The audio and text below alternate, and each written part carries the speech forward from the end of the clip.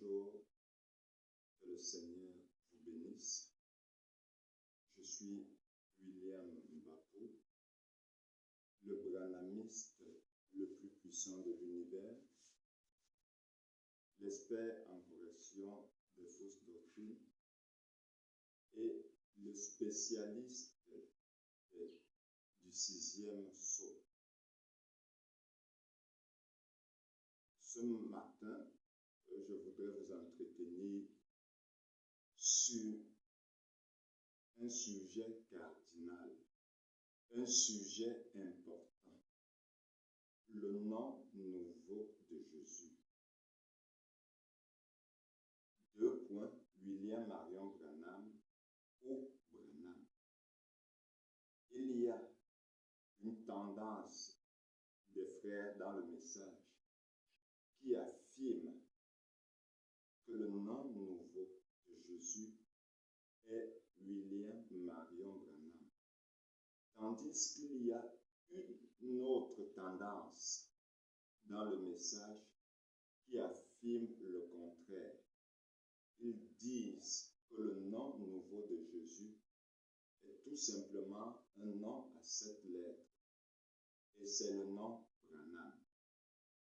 À la lumière des Écritures, à la lumière des bandes et des brochures, nous essayerons de voir ce que le grand maître de l'univers, le messager d'Apocalypse 10, 1 à 7, dit à ce sujet. Comme lecture, nous allons lire dans le livre d'Apocalypse 19, à partir du verset 1 et 11. La Bible dit dans Apocalypse chapitre 19, verset 1 à 11, ceci. Puis j'ai vu le ciel ouvert, et voici parut un cheval blanc. Celui qui le montait s'appelait Fidèle et Véritable, et il juge et combat avec justice. Ses yeux étaient comme une colonne de feu. Sur sa tête étaient plusieurs diadèmes. Il avait un nom écrit que personne ne connaît si ce n'est lui-même. Que le Seigneur ajoute les bénédictions à la lecture de sa parole. Comme introduction à notre petit sujet sur le nom nouveau de Jésus, nous allons lire ce message, le premier sceau, paragraphe 273 et le paragraphe 275. C'est-à-dire, nous allons lire au paragraphe 273 à 275 du premier sceau. Frère Branham dit ceci. Premier sceau 273. Si vous aimeriez le lire, prenons Apocalypse 19, 11. Nous allons le lire rapidement. Là, pendant que nous, 3 points, on a assez de temps.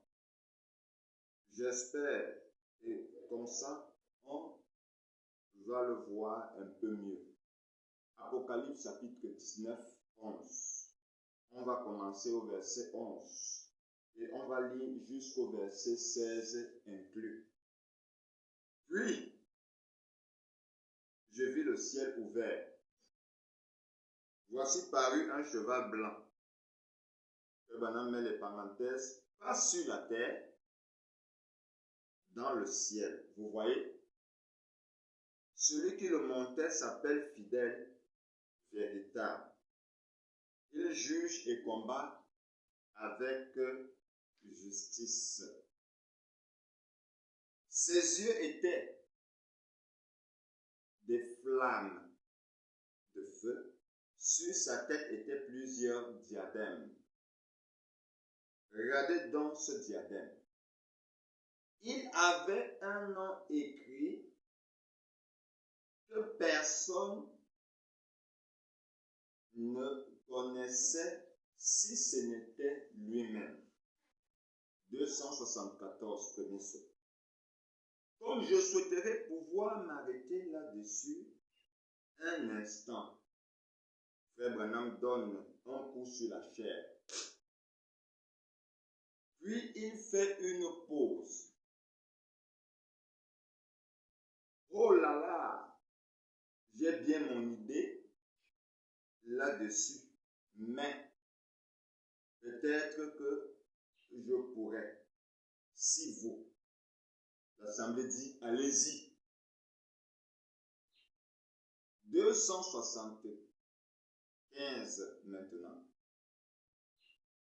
Voyez-vous, personne ne le connaît. Saviez-vous que ce nom, Jéhovah, il n'est pas exact? Tout le monde sait cela. Docteur Weiss, vous savez que c'est vrai. Les traducteurs n'ont pas pu le traduire. Ça s'écrit G-U-H-V. Je veux dire G-V-H-U. Ce n'est pas Jéhovah. Ils n'ont pas pu y toucher. Ils ne savent pas ce que c'est. Ils l'ont appelé Jéhovah, mais ce n'est pas son nom. Donc quand Frère Branham lit ici, Apocalypse 19, verset 11, jusqu'au verset 16 inclus, il parle du nom écrit que cet ange avait, que personne ne connaissait si ce n'était lui-même. Et par la suite, il dit, saviez-vous que le nom Jéhovah n'est pas correct? Pourquoi? Parce que les gens n'ont pas su l'écrire. Ils n'ont même pas pu l'écrire. Il dit, il s'écrit G-U-H-V.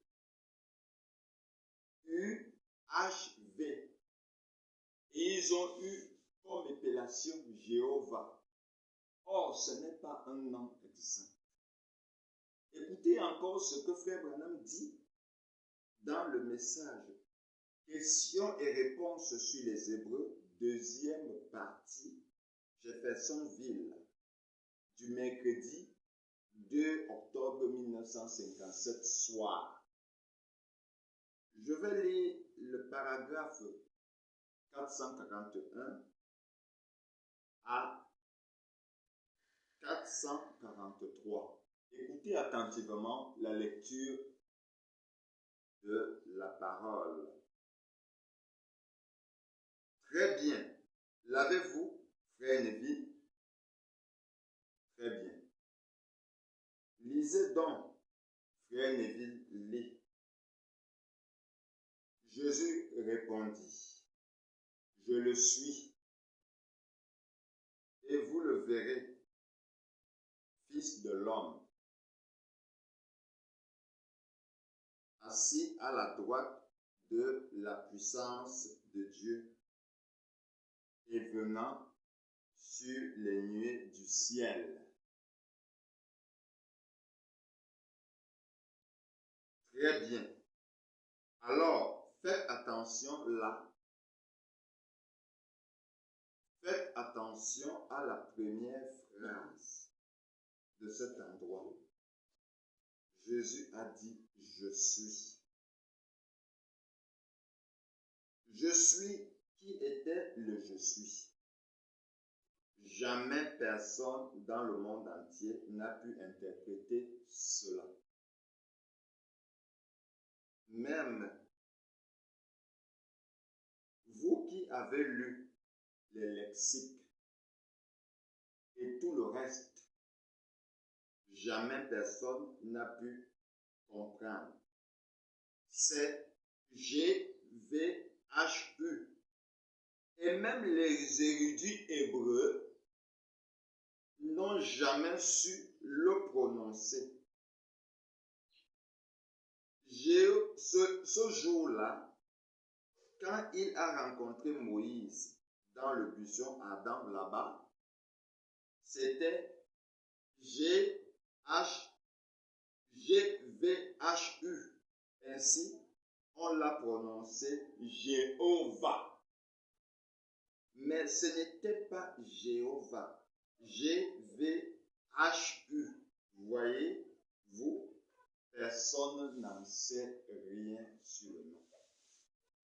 Donc, les érudits hébreux n'ont pas pu écrire ce nom. Et Frère Branham dit, personne n'en sait rien sur le nom nouveau de Jésus. Le nom Jéhovah qu'ils ont écrit n'était pas exact. Et dans le premier saut ici, au paragraphe 276, permettez-moi de vous lire cette citation.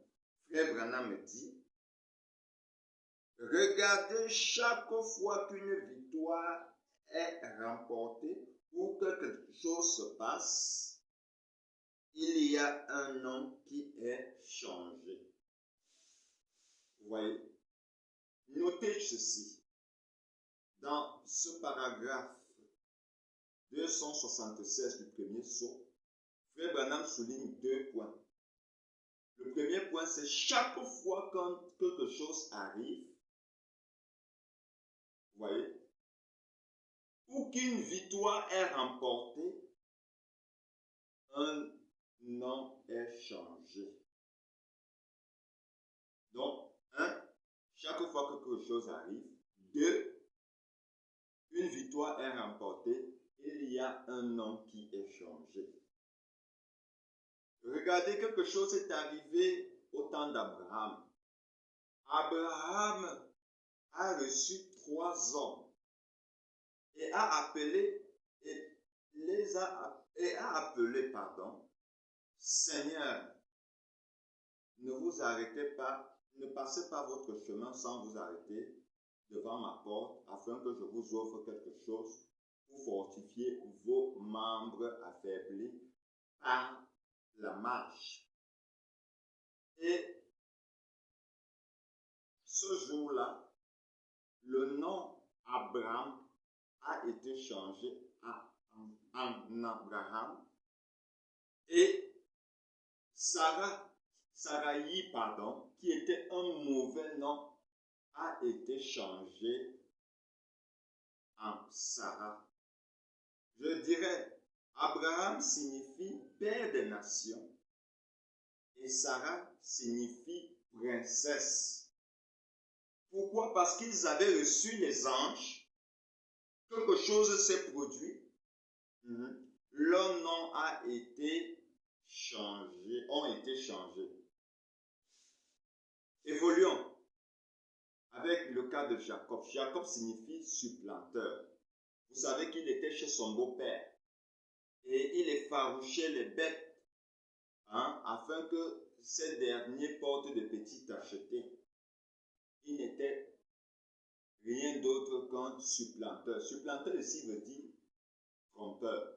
Mais quelque chose s'est produit. Un soir, il a lutté avec l'ange de l'Éternel et il réclamait la victoire.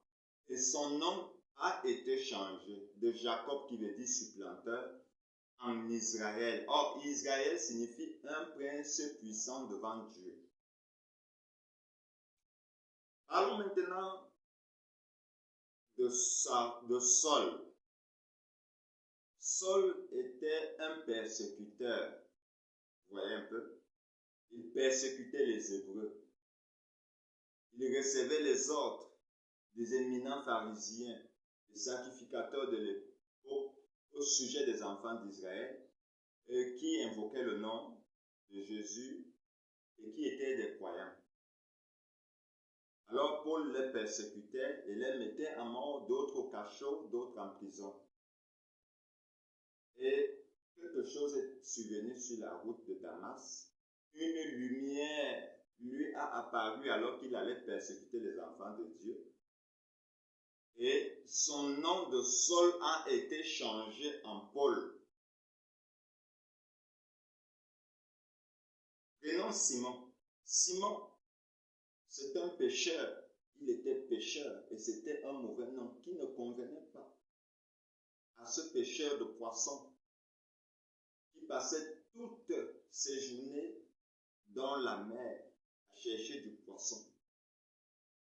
Mais Dieu a vu que ce n'était pas la vie qu'il était censé mener et son nom a été changé de Simon en Pierre. Pierre signifie révélation. Et sur cette révélation, de qui je suis, dit Jésus, je bâtirai mon église et les portes du séjour des morts ne prévaudront point contre elle. De Simon qu'il était, son nom a été changé en Pierre, ce qui signifie révélation. Maintenant, venons à Jésus. Amen. Jésus sur cette terre, son nom était Rédempteur. Mais quelque chose est arrivé. Voyez un peu. Il est allé prier sur la montagne. Et 3 grumeaux de sang sont tombés sur la montagne. Et frère Branham dit, Jésus qui signifie Rédempteur, son nom a été changé. Voyez. Je vais vous le lire dans, permettez, je vais vous le lire dans le message intitulé Le premier sceau au paragraphe 283 et 284, premier sceau. Et Jésus, son nom sur terre, c'était Rédempteur. Jésus, quand il était sur la terre, il était le Rédempteur, c'est vrai. Mais une fois qu'il a conquis la mort et le séjour des morts, qu'il les a vaincus et qu'il est monté en haut, il a reçu un nom nouveau. C'est pour cette raison que vous criez comme ils le font et ils ne reçoivent rien. Au paragraphe 284 du premier sceau, frère Branham dit, ce sera révélé dans les tonnerres. Le nom nouveau de Jésus sera révélé dans les tonnerres. Le nom nouveau de Jésus ne sera pas révélé dans le baptême d'eau, où les frères du 3e Exode s'appuient pour dire, par rapport au contexte, si vous baptisez au nom de Jésus, vous êtes dans l'erreur. Et frère Branham dit à la suite, si vous voulez parler de moi personnellement, je suis le seul William Marion Branham. Or, j'apporte le précis. Ici, il est dans le contexte, le baptême d'eau. Et il montre qu'il y a beaucoup de Jésus, mais par contre, il y a un seul Jésus-Christ. Et il prend l'exemple sur lui. Il dit qu'il y a beaucoup de Branham dans le monde. Par contre, il y a un seul William Marion Branham. Il est dans un contexte bien précis. Or, ici, au paragraphe 284 du premier sceau, il est formellement appuyé déclaré que le nom nouveau de Jésus sera révélé dans les tonnerres. Alors, pour connaître le nom nouveau de Jésus, nous devons nous référer dans le contexte des 7 tonnerres. Le nom que révèlent les 7 tonnerres. Et puis, je voudrais parler du tonnerre. Qu'est-ce que c'est que les tonnerres? Avant que nous puissions évoluer, c'est très important, il faut le souligner. Qu'est-ce que c'est que les tonnerres? Frère Branham dit ici que le tonnerre, premièrement, c'est la révélation de Jésus-Christ. Il est dit ici dans Monsieur est le signe des temps de la fin, paragraphe 168. Il dit, et les 7 tonnerres qui se trouvent ici même, dans la révélation de Jésus-Christ, sont un mystère. La Bible ne dit-elle pas que c'est la révélation de Jésus-Christ? Eh bien, il y a donc un mystère caché. Qu'est-ce les 7 tonnerres le détiennent? Car Jean était sur le point d'écrire et une voix fit entendre du ciel, ne l'écrit point, mais celle-le bien, mets-le au dos du livre. Cela doit être révélé. Ce sont les mystères. Donc, les 7 tonnerres ici, c'est la révélation de Jésus-Christ. Vous voyez un peu? C'est encore quoi?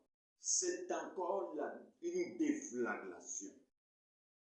Vous voyez un peu? Les hommes, dans Monsieur, c'est toujours le signe de le temps de la fin, paragraphe 184. Maintenant, remarquez, notez ceci 2 points. Les 7 voix étaient des tonnerres, virgule, une déflagration, point d'exclamation. Vous comprenez? Apportons encore 2 définitions, cela fera 5 définitions. Au total, si je ne me trompe, oui, nous avons déjà lu 2 définitions et nous apporterons une définition, ce qui fera 5 définitions. Les 7 tonnerres, c'est les 7 anges. Frère Branham le dit dans le Monsieur le signe du temps de la fin, paragraphe 207. Pendant qu'il étudiait cela, je suis parti directement en direction de l'ouest. Dans quel but? Peut-être pour recevoir l'interprétation de ce qui est écrit dans le sommet de ceci. Cela se pourrait-il? Et l'autre matin, cette déflagration qui m'a secoué jusqu'à ce que je me lève dans l'air, aussi haut que ce bâtiment. Et cette constellation d'anges, ces 7 anges en forme de pyramide, sont ces 7 tonnerres qui viennent? Point d'interrogation. Cela se pourrait-il? C'est entièrement interprété. Selon son rêve, c'est tout à fait fini. Selon la parole de Dieu, le 7e messager terminera. Le message sera terminé. Et puis, les 7 tonnerres. Donc, quand les 7 anges viennent sur la terre, c'est les 7 tonnerres qui viennent. C'est la grande déflagration. C'est la révélation de Jésus-Christ. C'est encore quoi? Permettez que je vous l'apporte encore, bien aimé. C'est encore la venue du Seigneur. Comme 4e définition, nous allons le lire dans Christ est le mystère de Dieu révélé, paragraphe 106. Les 7 tonnerres, c'est la venue du Seigneur. Lisons-le dans Christ est le mystère de Dieu révélé, paragraphe 106. Le grand mystère de Dieu, sur comment? C'est un secret. Il l'a gardé. Personne ne connaissait rien à ce sujet. Même les anges ne le comprenaient pas. Voyez, il ne l'a pas révélé. C'est la raison pour laquelle, sous notre 7e mystère, quand le 7e sceau est ouvert, il y a eu un silence. Jésus, quand il était sur terre, on voulait connaître quand il reviendrait. Il a dit, ce n'est pas. Même le Fils lui-même ne sait pas quand cela va se passer.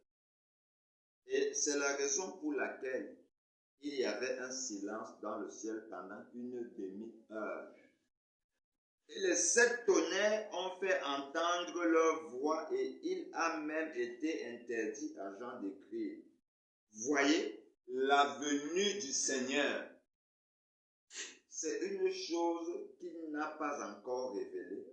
Comment il viendra et quand il viendra, est-ce une bonne chose qu'il ne l'a pas fait? Non. Maintenant, une dernière définition. Les 7 tonnerres, c'est la fin des temps ou la fin du monde. Lisons-le dans Monsieur est le signe du temps de la fin, au paragraphe 219. Il dit ici, oui, permettez, remarquez le premier vol, la main, le second plus grand, plus blanc, des colonnes, le Saint-Esprit révélant les secrets du cœur. Et le troisième vol, des anges, non pas des oiseaux, des anges. Et c'est la fin des temps. C'est tout. Donc, les 7 tonnerres ici, bien aimé, c'est la venue du Seigneur, c'est la révélation de Jésus-Christ, 2, c'est la déflagration, 3, c'est les 7 anges, 4, 5 enfin, c'est la fin du monde. Voilà, grosso modo et par définition scripturaire, venant du maître des temps, le créateur de l'univers et le donateur de tout être, donc excellent et parfait. Maintenant, nous suivons. Nous avons dit ici, au paragraphe 284 du premier sceau, que le nom nouveau, ou les 7 tonnerres, le nom nouveau de Jésus est révélé dans les 7 tonnerres. Et j'ai dit précédemment que c'est dans ce contexte et non celui du baptême d'eau que nous devons retrouver le nom nouveau de Jésus. Je veux être précis afin qu'il n'y ait pas d'incompréhension, de raisonnement par rapport à mes déclarations. Voilà pourquoi nous avons parlé des tonnerres et donné quelques définitions. Maintenant, nous allons poursuivre et voir le contexte dont Frère Branham fait allusion ici, bien-aimé. Je tiens déjà à dire que le messager du 7e ange de l'Église n'est pas un réformateur. C'est quelqu'un qui vient pour résoudre tous les points suspens que les réformateurs, depuis la Genèse jusqu'à l'Apocalypse, avaient laissés. Et quand il vient, il réunit tous ces points, laissés en suspense, et il règle cela. Le juste vivra par la foi. Certains réformateurs, comme Luther et autres, baptisaient au nom du Père, du Fils et du Saint-Esprit. Il vient régler ces points et montrer, depuis la Genèse jusqu'à l'Apocalypse, que le baptême ici, c'est au nom du Seigneur Jésus-Christ, acte 2, 38. Et puis, montrer également dans Genèse chapitre 3 que le serpent, ici, c'était un être humain. Il règle tous ces points. Et quand il finit de régler, il règle le mystère de Dieu, qui est celui des 7 tonnerres, qui est celui de qui il est. Il règle également ce mystère. Lisons-le et entrons dans le contexte des 7 tonnerres avec des citations où Frère Branham parle sur le nom qui a été épelé quand les 7 tonnerres ont fait entendre leur voix. Ici, dans le message, le guide, Frère Branham dit au paragraphe 35, « Et le Saint-Esprit parle toujours de la parole. J'ai beaucoup de choses à vous dire. Vous ne pouvez pas le comprendre maintenant. Mais il sera venu. Il vous guidera vers elle. Voilà pourquoi. »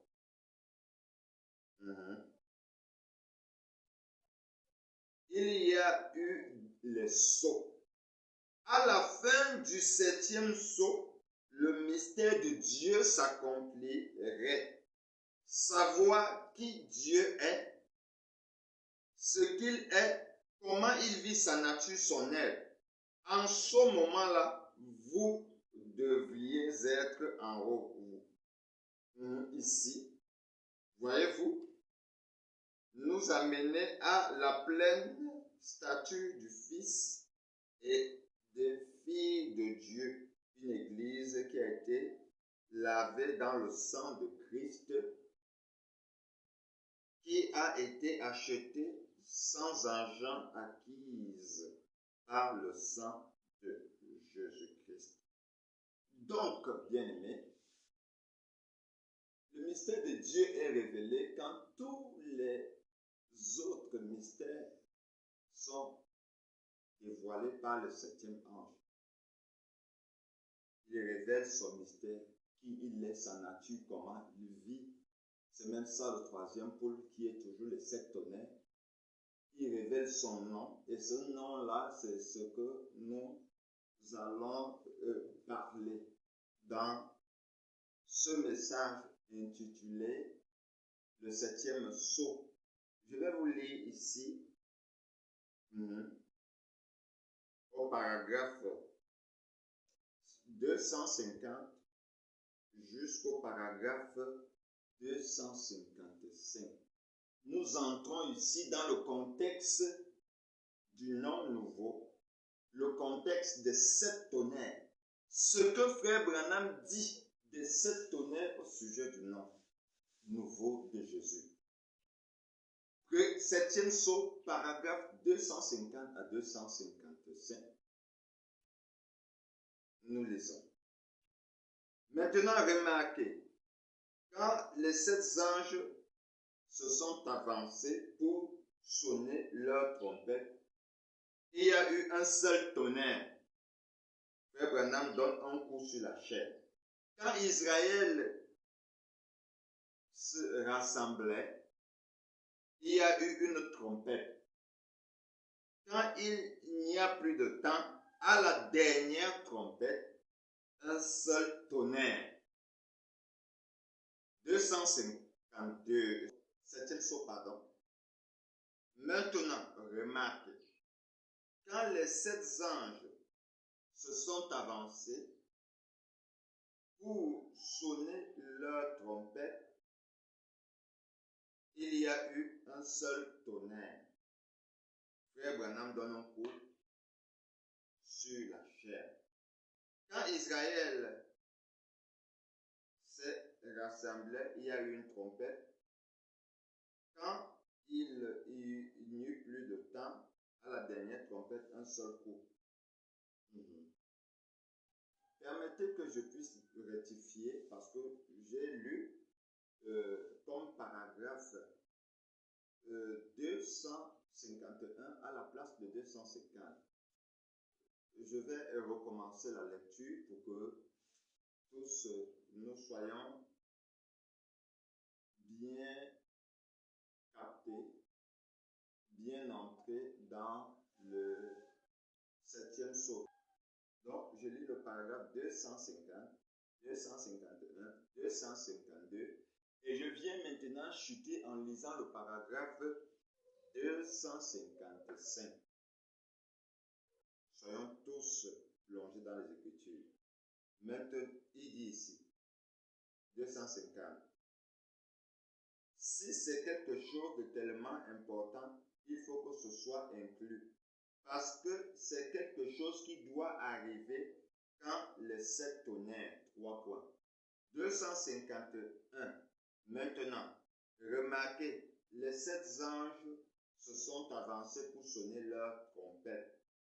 Il y a eu un seul tonnerre. Frère Branham donne un seul coup sur la chair.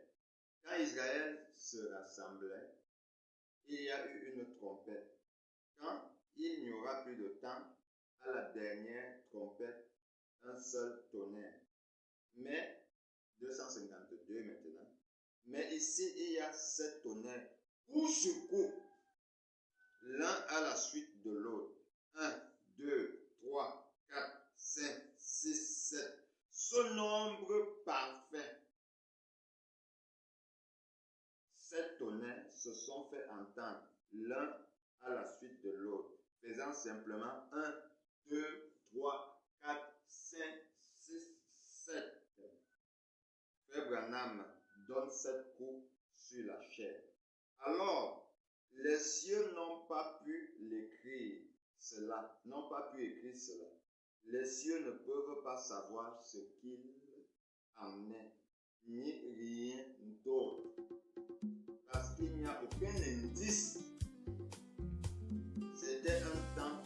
Tout est possible à celui qui croit. C'est quelque chose de Voyez en tellement lui, important. vous tous les saints. Tout est possible à celui qui croit. Voyez en lui, vous tous les saints. 7e saut. Je dis 7, le nombre parfait. Je dis 7. Et voilà, on donne 7. La foi, mes frères, vient de ce qu'on entend. Ce qu'on entend de la parole de Dieu.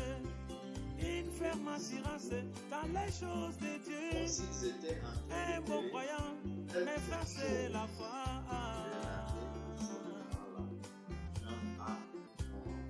C'est par la foi que nous croyons que l'univers a été fait par la parole de Dieu. C'est par la foi que nous croyons que tout ce qui existe, c'est par la parole de Dieu.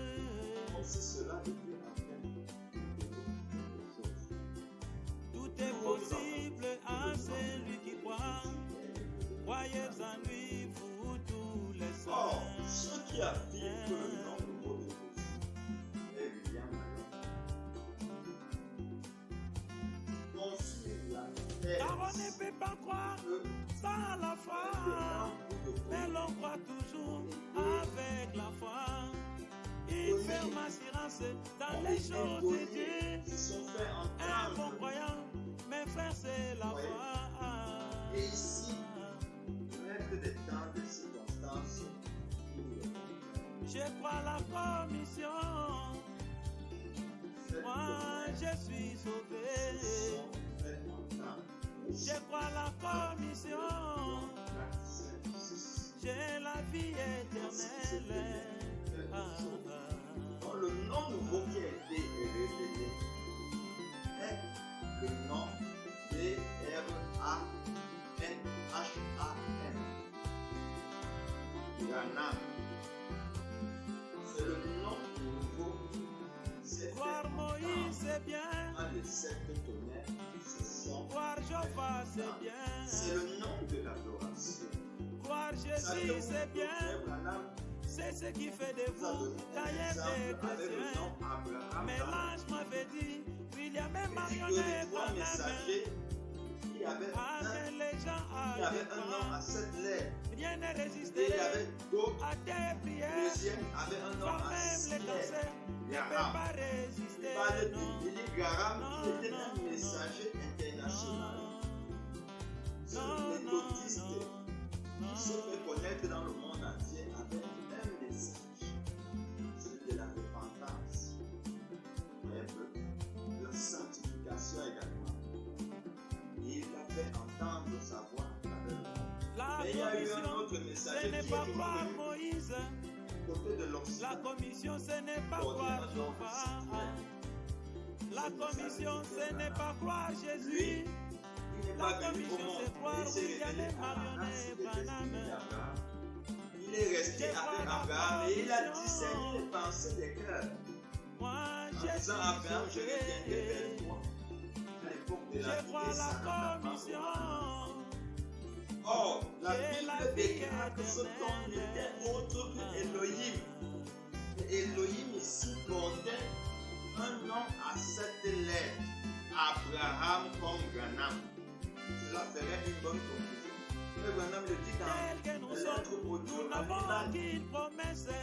Alors, bien aimé, Oh, d'être nous avons exaucés. reçu Car les ce prières nom qui sont nouveau de exaucées, Jésus, que ce sont personne les ne prières connaît de William si et c'était Marionnette lui-même. Branham. Mais il Ah, révèle dit, son nom si seulement au tu es renouvellement de sincère, toutes choses. Quand et si l'épouse tu est amènes appelée les gens à à quitter tes la croix, terre, rien porter n'est le résisté nom de son à Créateur, tes prières, alors voire même les cancers le nom ne nouveau peut lui pas est. Ce résister. n'est pas un nom du temps. Dans le temps, nous avons le nom de Jésus. Notre devoir, Nous devons c'est utiliser de signer nos nos prières prières, au nom de nos Branham. baptêmes, pour toutes choses, Car même ce sont les la prières qui nourriture, sont nos maladies. exaucées. Mais ici, Les la prières différence, de c'est que le William nom Marion nouveau de Branham. Jésus est révélé quand la terre est renouvelée, c'est-à-dire quand elle est purifiée et que l'épouse a Je quitté vois la terre pour la gloire. C'est un peu le mariage. Quand Oh, une je suis femme se marie, sauvé. elle ne porte plus son ancien nom, elle porte le nom de son nom. Et ils vont habiter dans la maison que ce dernier les a révélés. Donc, le nom ici, vous n'allez plus dire que c'est William Marion Branham parce que les 7 donnés dans le contexte n'ont pas donné 7. Je 21 vois la que William Marion commission. Branham, mais plutôt 7. Et c'est ce nom-là que William Branham appelle le nom des 7 donnés. C'est ce nom nouveau-là. Branham, Voir le Moïse, c'est Jésus bien. que Jésus porte aujourd'hui dans l'éternité. Voir Jéhovah, c'est bien. Peut mettre des Voir Jésus, c'est bien. C'est ce qui fait de vous d'ailleurs des chrétiens. Mais l'ange m'avait dit, William et Marionnette Branham, amène les gens à tes croix. Rien ne résisterait à tes prières. Voire même les cancers ne peut pas résister. Non, non, non, non, non, non, non.